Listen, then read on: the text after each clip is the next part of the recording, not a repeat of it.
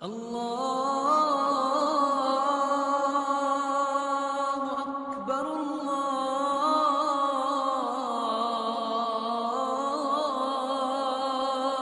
اکبر۔ جہاں مرضی کو جائے پرواہ کوئی نہیں۔ یہ امن انعام اللہ کی طرف سے توحید کی وجہ سے۔ کس طرح معاشرے کی اصلاح ہو، فساد سے معاشرہ کس طرح بچے گا؟ اللہ کے علاوہ کسی اور کو غوث اعظم بھی کہا جا رہا ہو اور انسانیت کو پرواہ نہ ہو۔ غوث اعظم کا مطلب ہے ہر ایک کی فریاد سننے والا۔ اور میں کبھی سوچتا ہوں کہ دنیا جہان کا سب سے یونیک انسان اور جینیس انسان بٹھا دیا جائے، 10 بندے اس کے سامنے بٹھا دیے جائیں اور کہا جائے کہ 10 کے 10 اکٹھے بولو، وہ بات سمجھ نہیں سکتا۔ اور اللہ کی مخلوق اربوں کی تعداد میں ہے، کوئی انگلش بول رہا ہے، کوئی عربی بول رہا ہے، کوئی پنجابی بول رہا ہے، کوئی اردو بول رہا ہے، سب کی اللہ سن بھی رہے ہیں، عطائیں بھی کر رہے ہیں۔ أَمَّن يُجِيبُ الْمُضْطَرَّ إِذَا دَعَاهُ وَيَكْشِفُ السُّوءَ وَيَجْعَلُكُمْ خُلَفَاءَ الْأَرْضِ أَإِلَٰهٌ مَّعَ اللَّهِ۔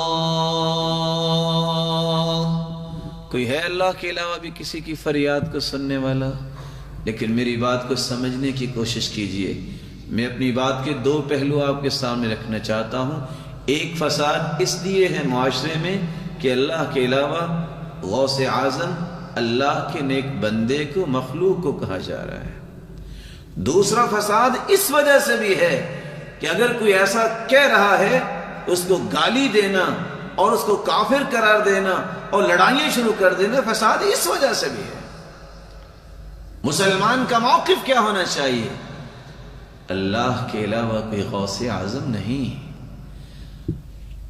جس کو غوث اعظم کہا جا رہا ہے وہ اللہ کا نیک بندہ ہو سکتا ہے، وہ اللہ کا ولی ہو سکتا ہے، اور کسی مسلمان کے لیے گنجائش ہی نہیں کہ وہ کسی کو گالی دے دے۔ اگر کسی نے ایسا کہا ہے تو اس کو سمجھاؤ، اس کو قرآن پڑھاؤ۔ اس کو گالی دینا اور اس سے لڑائی کرنے کا کیا معنی ہے؟ جب حدیث یہ کہتی ہے لا تسبوا الشیطان، شیطان کو بھی گالی نہ دو، پھر اس نیک آدمی کو جو اللہ کے پاس جا چکا ہے، لوگ اگر اس کو کہہ رہے ہیں غوث اعظم، تو اس کو گالی دینے کا جواز کہاں سے ہے؟ قرآن کا پیغام جب تک انسان نہیں سمجھتا اس وقت تک فساد سے نہیں بچ سکتا۔ فساد کیوں نہ ہو؟ گنج بخش خزانے دینے والا تو اللہ کی ذات ہے۔ مخلوق میں سے کسی کو کہا جائے کہ گنج بخش ہے، فساد کیوں نہیں ہوگا؟ جن کے عقائد میں خلل ہے، جب وہ ایسا کہیں گے، جن کے عقائد صحیح ہیں، وہ کیسے برداشت کریں گے؟ لیکن میں کہتا ہوں ان کو بھی برداشت کرنا چاہیے، اپنے اخلاق کو تو مت گرائیں۔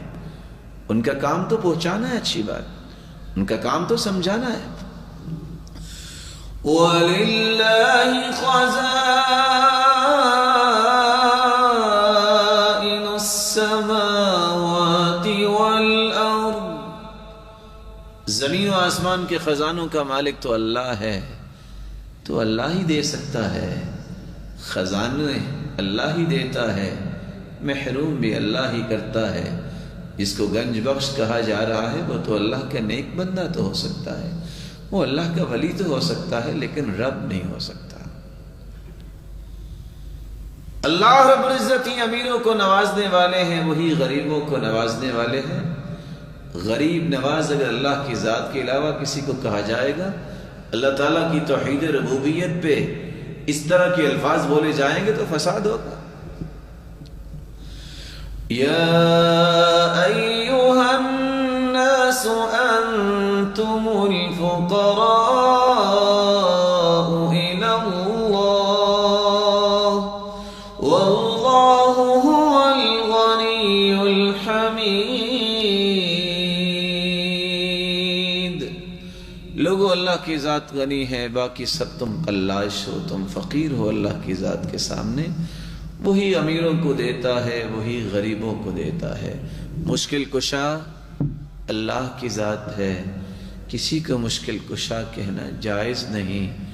جس کو مشکل کشا کہا جا رہا ہے یاد رکھنا وہ تو دنیا سے چلا گیا، وہ بیمار بھی ہوتا تھا، وہ اللہ کا نیک بندہ تھا، لیکن مشکل کشا سے اللہ کی ذات.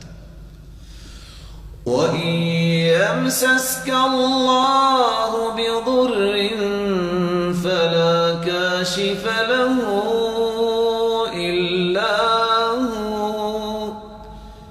اے میرے پیارے پیغمبر صلی اللہ علیہ وسلم، میں نے تجھے پوری کائنات سے اعلیٰ بنایا ہے، لیکن اگر آپ کو بھی کوئی تکلیف پہنچے تو اس کو بھی دور کرنے والی ذات اللہ کی ذات ہے. دیانتداری سے بتائیے، جس معاشرے کے اندر جگہ جگہ پہ اس طرح کے اڈے بنائے گئے ہوں وہاں اصلاح کیسے ہوگی؟ اس معاشرے کی اصلاح کیسے ہوگی؟ جس نے اپنے رب کو ناراض کر لیا ہے وہ رحمتوں کا نزول کیسے فرمائے؟ توحید کو جب تک خالص نہیں کیا جائے گا اس وقت تک اصلاح نہیں ہو سکتی، معاشرے کی فساد ہوگا. کچھ زبانیں بولتی ہیں کہ اللہ تعالیٰ کی صفات ہی کوئی نہیں ہے، کچھ کہتی ہیں اللہ تعالیٰ کی صفات تو ہیں لیکن انسانوں جیسی ہے. کچھ لوگوں کے نظریات بن گئے ہیں کہ اللہ تعالیٰ ہر چیز میں ہی ہے، اور ان مسکینوں کو پتہ ہی نہیں ہے کہ اللہ تعالیٰ کی توہین ہم کر رہے ہیں.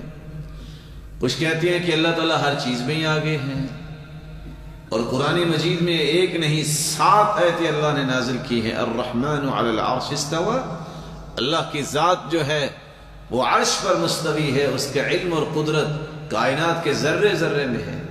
اور امام ابو حنیفہ رحمۃ اللہ علیہ کہا کرتے تھے من انکر ان اللہ فی السماء فقد کفر، جو شخص اس بات کا انکار کرتا ہے کہ اللہ بذاتی ہی مستوی علی العرش نہیں، اس نے تو کفر کیا ہے. اور ساتھ یہ آیت پڑھا کرتے تھے الرحمن علی العرش استوى. نہ جانے انسانیت کس طرف چل نکلی ہے اور کون ہے یہ سبق پڑھانے والا جس سبق کے نتیجے میں اللہ کی رحمتوں سے